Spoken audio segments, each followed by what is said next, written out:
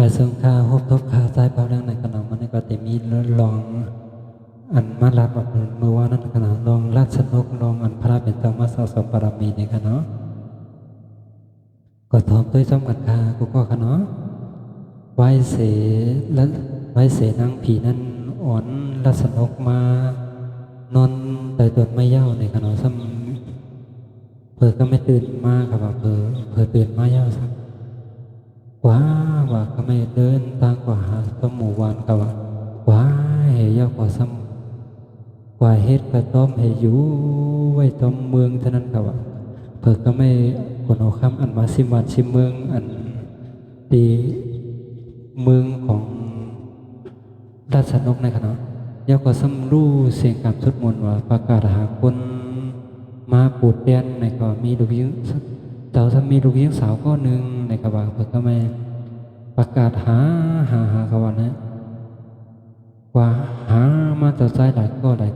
เตะมาเอามาซ้ำด้วยก่อนเลยว่าจองเตะผ่านอะไรอยู่ห้าเนี่ยจองเตะป้นอะไรอยู่ห้าเนี่ยครับว่าเนาะเอามาซ้ำใส่ด้วยก่อนเลยว่าหาหลายวันหลายเมืองครับว่าเอาต่อใจมาซ้ำก็เลยว่าเพื่อเอาเข้าไม้เอาเนี่ยก็นั่งซ้ำเป็นคนมีปิ่งอย่างแดดเซลกันนะ เอามาต่อใจมาตามตัวครับว่าเปิดก็ไม่ตามใจตัวว่าตรงตีป้วนอะไรอยู่กับห้าเนี่ยว่าเปิดก็ไม่ว่าเอาไม้ย่อแล้วก็ผู้เจ้านางห้องมาด้วยว่าห้องมาคำก่อเขาว่าห้องมาย่อแล้วก็เจ้าชายเจ้านั้นก็สัมมาอ่อนวอนมาเฮ็ดปัดกูเมียกูตื้อกูลองไหนครับว่ามาเฮ็ด มาสุกปีนล่างมือปั่นในเขาว่ามาเอาแต่เจ้านั่งเขาว่าเจ้านั่งว่าอันนั้นมันใจกิจของคนใต้ตรงนั้นเนี่ยว่ามันผ่านในเนี่ยว่าปากเป็ดเอามาแทงกองก็แล้วก็มาเอาใจเขาว่าก็ไม่ปูเปลี่ยนปากตึกมาจะสองตีพ่นได้อยู่ห้าเนี่ยว่าก็ไม่สองตกใจง่ายห้าเนี่ยว่าโปเปิดมาตึกมึงเนี่ยก็ไม่เฮ็ดแกงเฮ็ดเขาอะเออทำเอาแห้งซื้อหลงประจำด้วยว่าเปิดกว่าเอาแล้วก็มาเอาก็ตกใจว่าหันซื้อหาแล้วตกใจว่าก็เลยก็ผ่านเลยว่าตกใจเจ้าไหนได้ที่เอามาเฮ็ดคนได้อำเปลี่ยนไรเนี่ยว่าก็ไม่หาหลายก็เนี้ยก็แม่นใส่เขาว่าก็ไม่สมัยเงี้ยราชนกเขาว่าราชนกได้คนสะสมบารมีมันนำคัญ รัศดรในสะสมบารมีมานำนะก็ไม่มาหันซึกหานมาความตกใจสั่งกับว่าหันซึกหานความมันเรื่องหันปนธรรมดาไว้นะวะก็ตกใจนะวะมาเฮ็ดสังนะวะจนเมื่อเหลียวตอนนั้นเขาคาประกาศหาคนมาปุดแดนต่างคนเอาคำในครับว่าก็แม่เป็นโอกาสเลี้ยวเนาะ เขาขาพร้อมเนี่ยว่าลักษณะก็ว่าก็ไม่อ่อนเขามืออยู่ในว่างก็ว่าอ่อนเขามืออยู่ในว่างว่าจามโดยจองเดมาเนี่ยว่าก็ห้องมาด้วยรู้เนี่ยว่าก็ห้องคนซ้ายอันซื้อลักษณะงานมาด้วยรู้เนี่ยว่าก็ห้องกอมกว่าตีอันเฮ็ดคนเอาคำในซ้ำเด็กกว่าหาผู้ยิ่งในเต็มเฮ็ดเนี่ยก็ไม่ลักษณะกว่าซ้ำกว่าก็ว่ากว่าเฮาเนี่ยก็ คาติเดียนพุทโลหังก็ให้เจ้ายิ่งมาหาวหังก้อยเล่เนี่ยว่า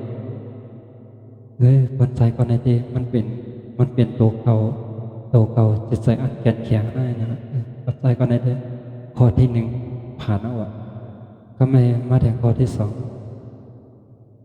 มาตามแทงว่าเอาซึกหานมาตั้งหนำตั้งหลายก็ซ้ำอ่ำตกใจเขานะเฮ็ดซึ่งก็อ่ำตกใจกับว่าคนใจก็ในผ่านนะวะก็ไม่ก็เฮ็ดนั้นเหี่ยวก็สำในแต่งงานก็ซ้ำนางคนคำกับว่าเนาะแต่งเอาเฮ็ดปล่อยก็ปูกว่าดังนางคนเอาคำแล้วเนี่ยก็เปลี่ยนเงินเป็นเย่ไปอัพโหลดตึกกันเนาะอันนั้นเพิ่ก็อันนี้คนห้องว่ามีสติเนี่ยเนาะมีสติปัญญาเนี่ยเนาะอันนี้เป็นคนอันมีสติปัญญา ต้องไปมาควบคู่แต่งงานกันครับเผื่อควบคู่แต่งงานกันย่อก็ไม่คนหนูคำซ้ำประตุ้ยว่าซ้ำว่าหันว่าต้นมักมงครับว่าหันต้นมักมง2 ต้นครับก็ไม่ต้นอันมีหมากนั่นเด็กคนโอ้หิมกันครับว่าหิมกันกว่าหิมกันมาว่าโอ้ต้นผู้ฮักผู้กิ่งมันผู้ปล่อยหมดลงน้าเนี่ยว่า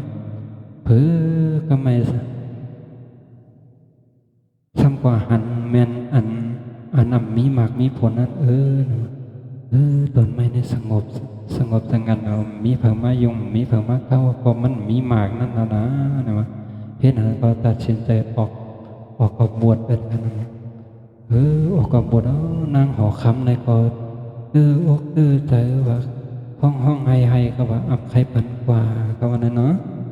อำไข่ปันกว่านะครับว่าก็ไม่เฮ็ดสร้างปักตึกมาครับว่าสร้างปักตึกมานี่เปิดมาตึกวันเมืองยาวอย่าปีกว่าเนาะมาจอยวันเมืองเฮาคักวันแดเนาะดัชนกก็อำผอมขนาดนั้นเนาะเป็นโรคร้ายเจ้านางในเนาะความถ่อมให้กว่าเฮ็ดจึงความไรเจ้านางขอเนาะข้าเฮากะติกันใจเสียสิ่งกรรมสุดมนต์เย้าเนี่ยว่าเฮ็ดจึงขออำไรครับ